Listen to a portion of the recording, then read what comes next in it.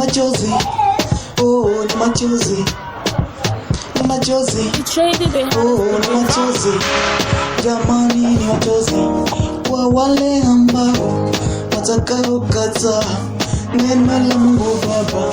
Jamani ni machozi kwa wale ambao wamekataa neno la Mungu.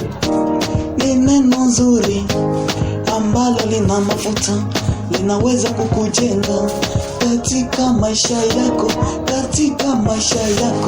Usikatae wewe, kwa maana neno la Mungu ni chakula ambayo tunaweza kula na tukashiba bila kusikia njaa ya yote. Jamani, tukipata neno la Mungu tutakuwa vizuri, hatutakuwa na shida yoyote. Tutakuwa vizuri, hatutakuwa na shida yoyote. Hata kama wewe una mazambi ni mengi, tafadhali uwache mazambi yako yawe, hata yawe mengi kiasi gani, Yesu atakusamehe.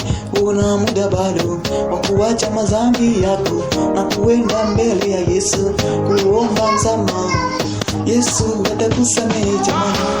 Usife aibu jamani, nenda kwa Bwana, atakuosha wewe katika makosa na kukupeleka katika mazuri yaliyo mema, na kukuvisha nguo nyeupe ambayo haina alama yoyote.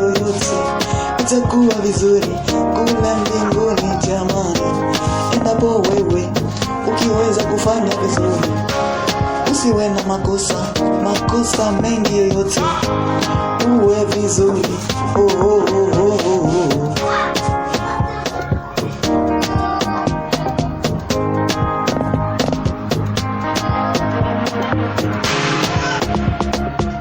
Ukijitambua wewe katika maisha yako, utaishi vizuri wewe, hautapata mateso yoyote, hautapata mateso.